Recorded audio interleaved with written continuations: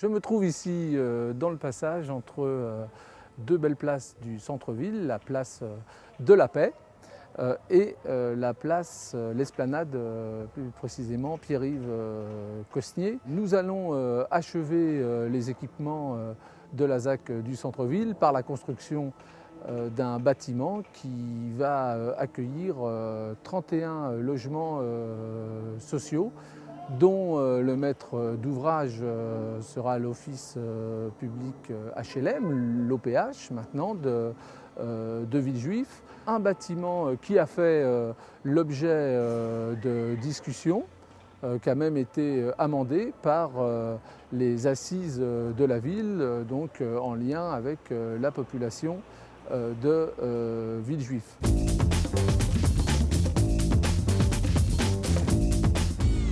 Pendant 2 ans, pendant la reconstruction du marché, j'étais convaincu qu'il ne fallait rien construire entre la mairie et le marché et le théâtre.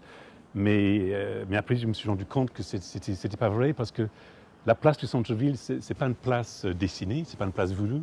C'est plutôt une faille entre deux tissus urbains très différents, plutôt la rencontre entre le village et l'urbanisme des années 70. Si on fait un tour d'horizon, on va voir du R+4, du R+12, l'église, le marché, la médiathèque.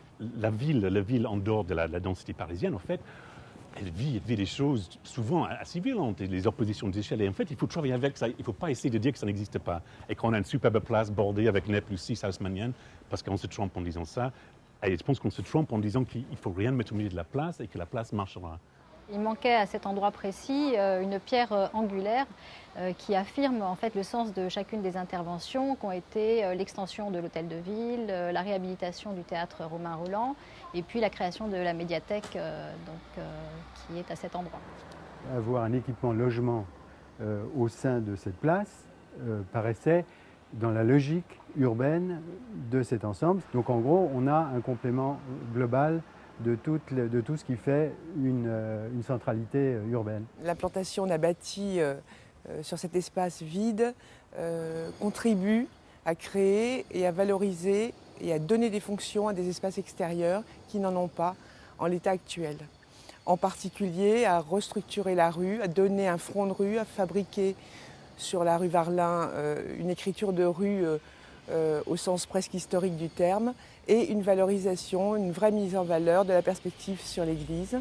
C'est vrai que c'est un exercice compliqué de passer d'une église classée à la cité Maurice-Thorez. Presque plus qu'au niveau des volumes, le travail il s'est fait au niveau de l'insertion, j'ai envie de dire, urbaine, c'est-à-dire avec les pieds, là où on marche, ce qu'on regarde, comment on traverse un îlot et comment on passe ou on ne passe pas. Comment on bute sur un bâtiment, comment on ne bute pas. Et d'avoir sur le devant du projet donc, une brasserie qui soit extrêmement haute, qui soit un espace public, qui soit transparent et qui soit un espace presque aussi public que l'est la place.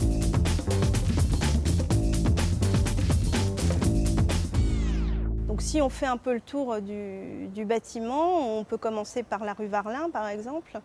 Le fait de réaliser une façade sur cette rue, dans l'alignement du marché, fait qu'on recadre la perspective, ce qui était voulu de la promenade, de manière à mettre en valeur à la fois l'entrée du théâtre, le marché, et puis de l'autre côté l'église, qui est un point repère du centre-ville. Si on passe sur sa façade qui se trouve sur le côté du marché, cette façade vient aussi dans la continuité de celle de la médiathèque, et donc permet de définir la place.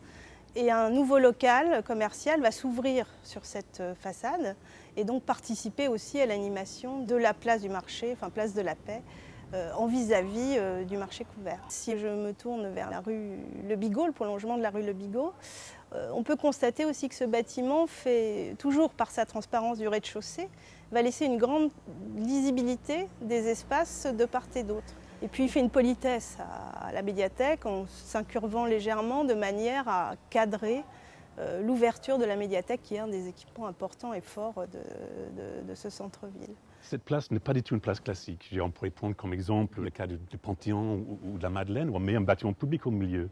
Ici, c'est tout le contraire en fait. La place est bordée par les équipements publics, la mairie, l'église, la médiathèque, le marché et le théâtre. Et maintenant, à l'intérieur, on va placer non pas le bâtiment public, mais un petit morceau de ville. Donc c'est toute l'inversion du modèle classique que je trouve très intéressant.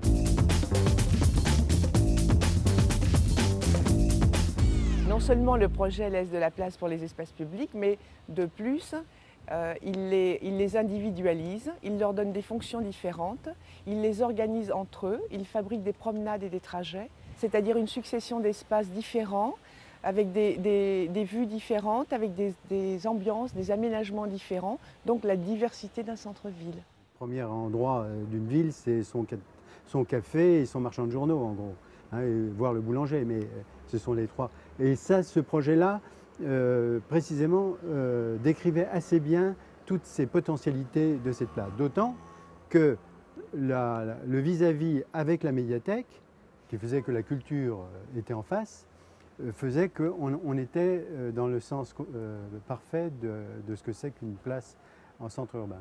En fait, ce n'est pas des bâtiments publics qui vont faire vivre cet espace de centre-ville le soir, parce que les choses ferment, ce n'est pas la même chose.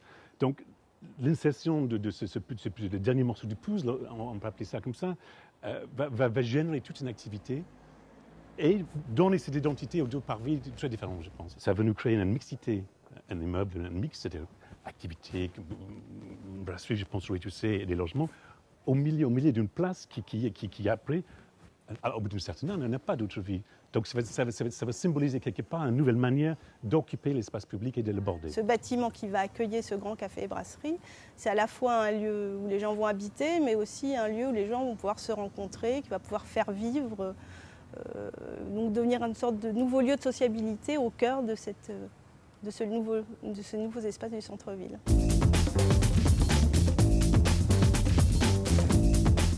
Le gabarit de l'immeuble, il est fixé d'abord par une volonté d'avoir la plus grande hauteur possible sur la brasserie. On a envie qu'elle soit comme transparente et qu'elle ne bouge pas la vue par rapport à la place et par rapport à la lecture de l'entrée de la médiathèque. Ensuite, il y a une lecture de 3 niveaux de logement et un 4e niveau qui est plus en retrait.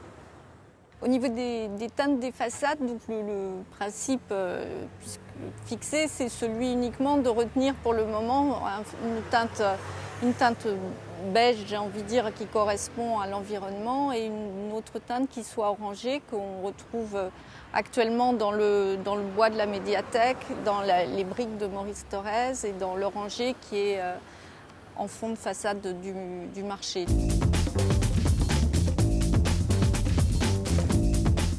La force du projet, c'est que précisément, il n'avait pas de caractère ostentatoire ou d'objet architectural spécifique qui se rajoutait aux autres objets architecturaux. Il était sans doute celui, puisqu'il y avait plusieurs auxquels je participais, qui s'intégrait le mieux ou de façon plus je dirais, discrète, si on peut dire, dans l'ensemble de l'architecture environnante.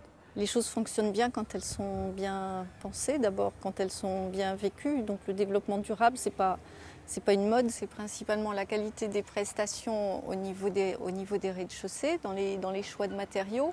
C'est bien sûr l'isolation thermique des bâtiments, c'est leur orientation. J'ai pensé que c'était plus judicieux en tant que logement de garder un type de toiture horizontale et par contre de végétaliser la toiture pour améliorer l'inertie du bâtiment et son isolation.